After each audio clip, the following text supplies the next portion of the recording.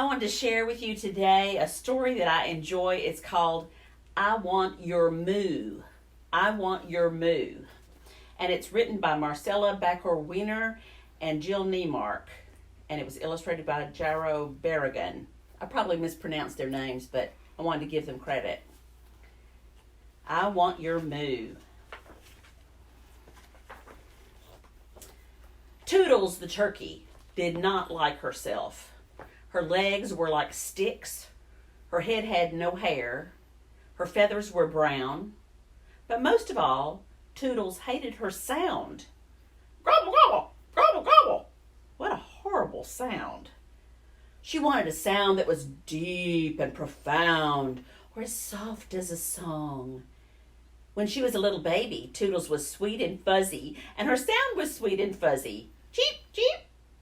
But when she grew up, her cheep, cheep changed into gobble, gobble.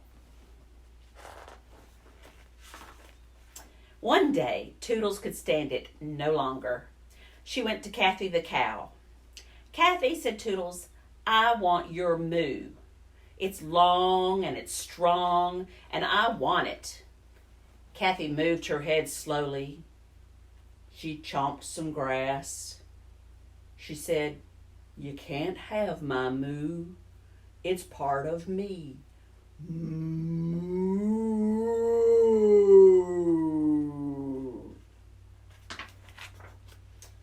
Toodles went to Paris the pig. Will you give me your oink? Paris rolled in the mud and wiggled his snout. No, you can't have my oink. Oink, oink, oink, oink, oink. Toodles asked Harry the horse, Give me your neigh. She asked Danny the dog, Give me your bark for the day. She asked the duck for his quack, and the goose for his clack, and the crow for her caw, and the cat for meow. And they all said, No way. Toodles went to her cousin Ralph the rooster. Cousin, I love your cock-a-doodle-doo. Each morning you sing it loud and wake up the world. Ralph stretched his neck proudly to the sky. Well, I can't give you all my sound, Toodles sank to the ground in disappointment. But, said Ralph, I will give you a piece of it, because you are my cousin and I love you. I'll give you the doodle-doo. I'll keep the rest. Is it a deal? Toodles couldn't believe her luck. Doodle-doo, doodle-doo, doodle-doo, she cried, spinning around. The next morning, just before dawn, when the world was still dark, Toodles was fast asleep in a sweet bed of hay. Ralph ran over and shook her. Wake up, it's almost morning, we have to sing.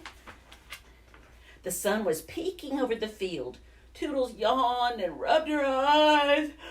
Doodle-doo, doodle-doo. That didn't work, said Ralph. Let's sing together. 1, 2, 3, sing. And Ralph sang, cock-a-doodle-doo, cock-a-doodle-doo, cock-a-doodle-doo.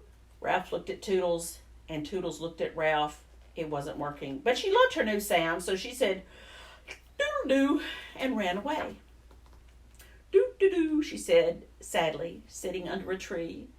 Far above, Oprah the owl answered her. Hoo, hoo, she called to Toodles. What's wrong? I'm going to have to give Ralph back his sound, said Toodles. I don't want to. Oprah blinked her bright round eyes. She said, I used to want a new sound too. When I sing hoo, hoo, everyone thinks I'm asking them a question. They think I'm dumb when really I'm very wise. If I were like you, said Toodles, if I could say hoo, I'd be happy. Oprah shook her head from side to side. How do you know?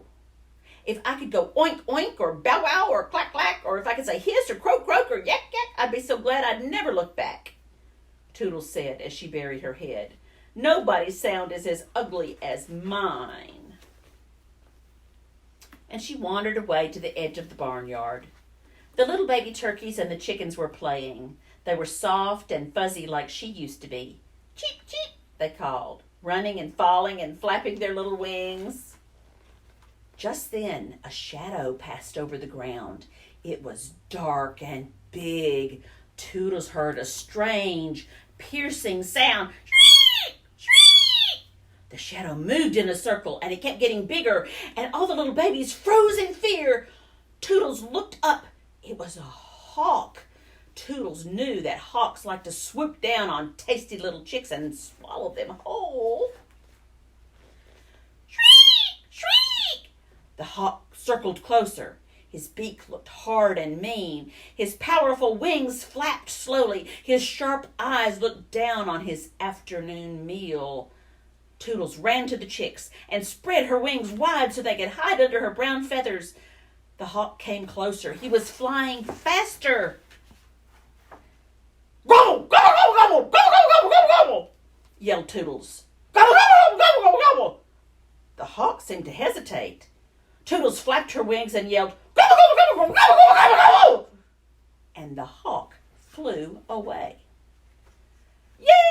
Hooray for Toodles! Toodles the Grand! Everyone cheered for Toodles. The baby chicks and turkeys kissed her and ran in circles. Cheep, cheep, cheep, cheep, cheep. Toodles said, my legs are thin and I can move fast. My feathers are like a warm blanket. My sound is all mine. It's all me. Gobble, gobble, gobble, gobble. I guess that's the way I was always meant to be. I hope you enjoyed that story. You know, sometimes I get upset with myself, some of the things about me that I'm not really too crazy about. And then I think, but they're part of what makes me me. And maybe God made me this way for a reason. You ever wonder about that? I'd love to hear from you if you ever have any thoughts about that. Hope you enjoyed the story. I Want Your Moo